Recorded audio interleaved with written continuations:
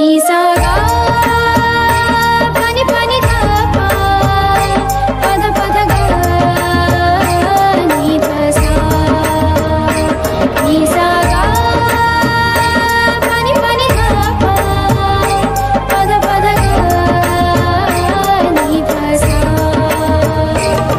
ही गाथा अस्तित्वाची शौर्याची पराक्रमाची ही गाथा अस्तित्वाची शौर्याची पराक्रमाची या मातीमधल्या कणाकणातील मौल्यवान रत्नांची या मातीमधल्या कणाकणातील मौल्यवान रत्नांची कर्तृत्व इथे गगनाला भिडे परिमोल जाणून ठेवू व्यक्तिविशेष। नमस्कार, रेडिओ MPSC गुरुमध्ये मी RJ प्राजक्ता सगळ्यांचे स्वागत करते आजच्या व्यक्तिविशेष या सत्रामध्ये।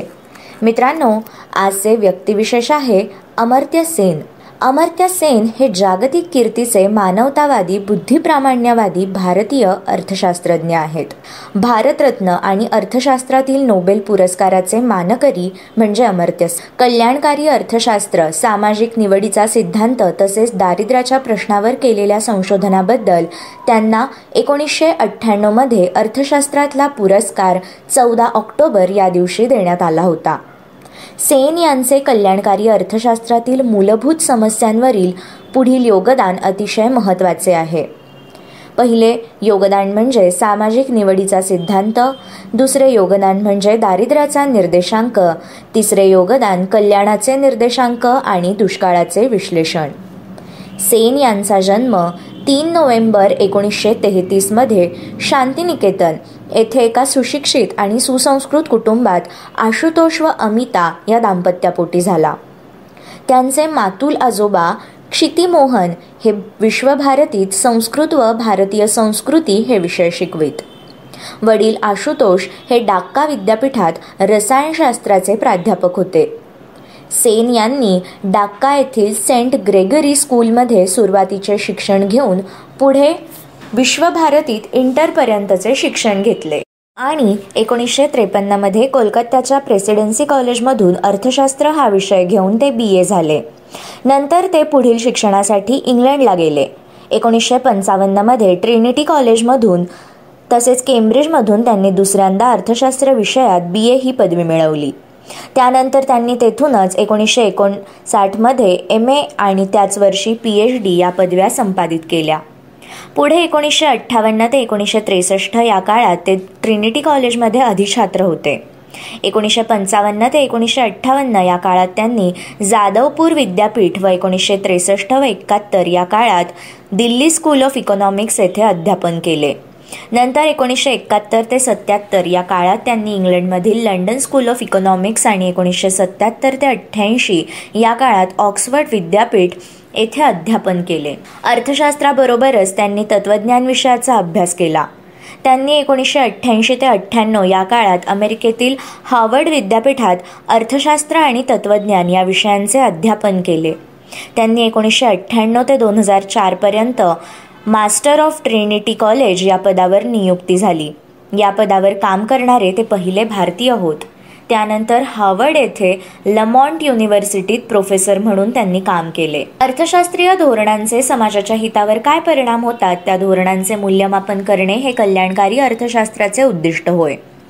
त्यांनी 1970 मध्ये लिहिलेल्या आपल्या collective choice and social welfare या 1970च्या ग्रंथात व्यक्तींचे हक्क, बहुसंख्याकांचे शासन आणि व्यक्तीच्या स्थितीगतीबाबत माहितीची उपलब्धता यांसारख्या प्रश्नांचा परामर्श घेतला। यातून संशोधकांना अशा प्रश्नांचा अभ्यास करण्याची प्रेरणा मिळाली।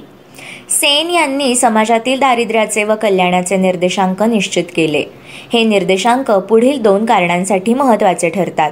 पहिले, देशातल्या वेगवेगळ्या समाजगटात दारिद्र्याचे प्रमाण किती आहे, त्याचे विभाजन कसे आहे, त्यात वेळोवेळी कसे आणि कोणते बदल झाले आहेत याचा अभ्यास करण्यासाठी त्यांचा उपयोग होतो। तर दुसरे, देशातील दारिद्र्याचे प्रमाण आणि आर्थिक कल्याणाचे प्रमाण यांच्या तुलनेसाठी हे निर्देशांक महत्त्वाचे ठरतात। त्यांनी 1990मध्ये देशांची क्रमवारी ठरवण्यासाठी तेथील लोकांचे आयुर्मान, शिक्षण व उत्पन्न यावर आधारित युनायटेड नेशन्स ह्युमन इंडेक्स ही प्रणाली विकसित केली. सेन यांचा poverty and famines an essay on enlightenment of deprivation हा ग्रंथ 1981मध्ये प्रसिद्ध झाला. दुष्काळ हा केवळ अन्नधान्याच्या तुटवड्यामुळेच होत नसून अन्न वाटपाच्या यंत्रणांमधील विषमतेमुळेही होऊ शकतो असे प्रतिपादन त्यांनी आपल्या ग्रंथात केले. शहरामधून निर्माण झालेली आर्थिक तेजी आणि त्यामुळे वाढलेल्या अन्नधान्याच्या किमती यामुळे दुष्काळी परिस्थिती निर्माण होणे शक्य असते. वयाच्या 9व्या वर्षी त्यांनी दुष्काळ प्रत्यक्ष पाहिला होता.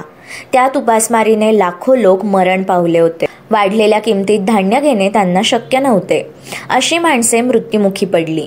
माहितीच्या आधारे सेन यांनी दाखवून दिले होते की बंगालमध्ये त्यावेळी अन्नसाठा पुरेसा होता. तथापि साठेबाजीमुळे धान्य महाग झाले. परिणामतः सामान्य लोकांना ते खरेदी करणे अशक्यप्राय झाले. त्यामुळे लोकांची उपासमार झाली. विकासाच्या संदर्भात सेन यांची क्षमतेची संकल्पना विकसित केली. इक्वॅलिटी ऑफ वॉट या त्यांच्या लेखात त्यांनी ती मांडली आहे. लोकांच्या क्षमता वाढवायच्या असतील तर त्यांचे हक्क अबाधित राहिले पाहिजे आणि ते बजावण्याचे स्वातंत्र्य व योग्य त्या सोयीसुविधा त्यांना दिल्या गेल्या पाहिजे. उदाहरणार्थ, लोकांना मतदानाचा निव्वळ हक्क देऊन उपयोग नाही, त्यांना तो बजावण्याचे योग्य व चांगले शिक्षण मिळाले पाहिजे.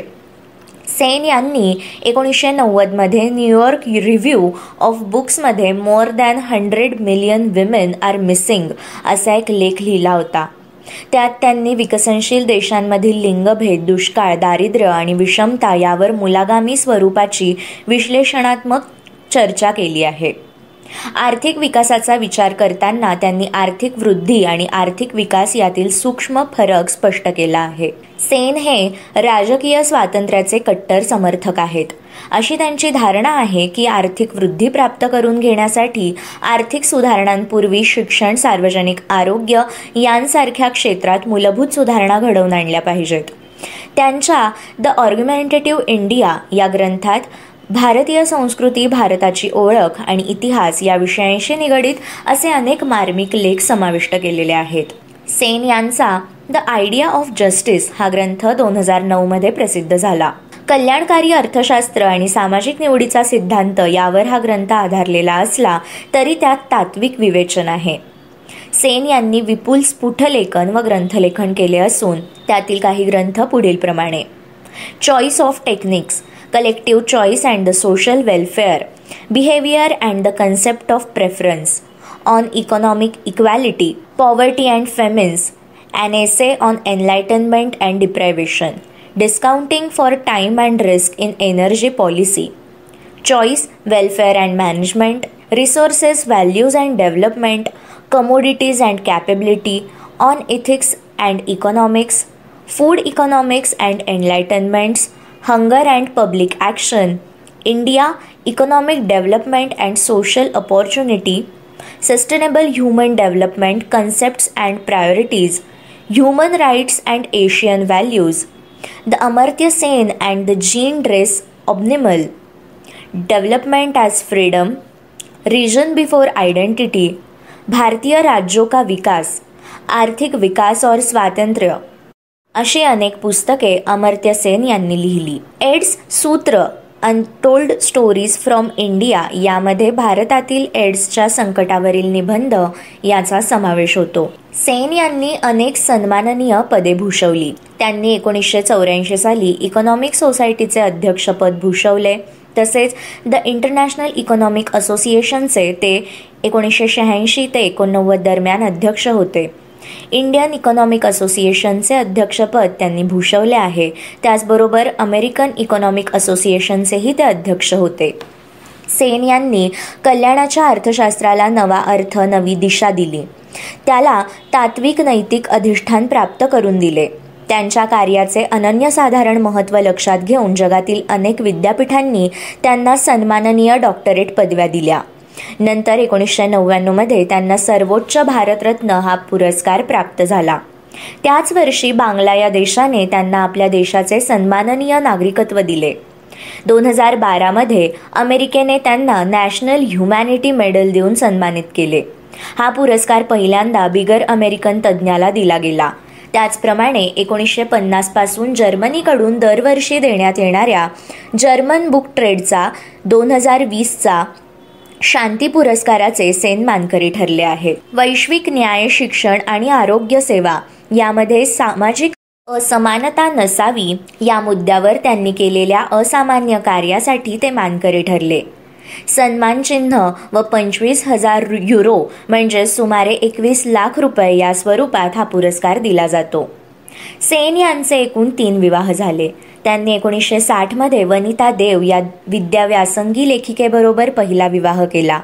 तिच्यापासून त्यांना अंतरा व नंदना या 2 कन्या झाल्या. ते लंडनला अध्यापनास गेल्यानंतर परस्परांच्या संमतीने 1975 मध्ये ते विभक्त झाले.